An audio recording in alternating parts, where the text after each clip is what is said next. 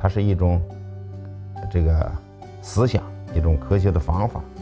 那么我们这个脱贫的方式，首先第一位的还是要靠自己的劳动来创造幸福的生活。所以我们脱贫的人口中，我们的贫困人口中90%以上的，我们都是要享受到了这个产业扶贫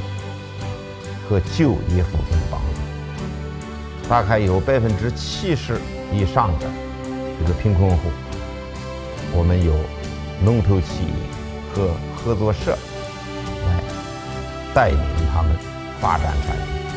所以产业扶贫仍然是主要的这个方式，那么占它总收入的大概在80%左右。那么第二种呢，就是我们通过医疗看病减轻他们贫困的程度。有些病看好了就是劳动力，就可以去干活，去脱贫去。那么还有一种方式，我们就是异地搬迁。那么对一方水土养不活一方人的，或者对生态环境有影响的，我们把交通不便的，我们把它搬出来，从大山里搬出来。这个还有我们这个搞退耕还林，我们搞生态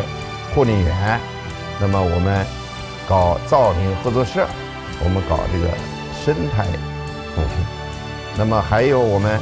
长远照眼的，我们搞贫困人口的培训，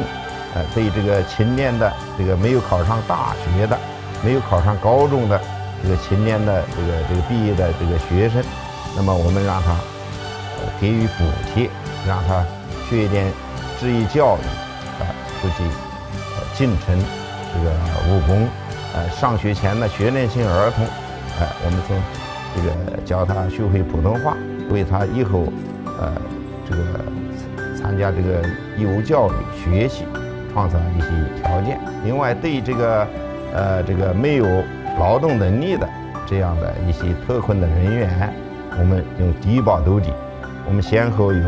3100万人享受了低保的这个待遇。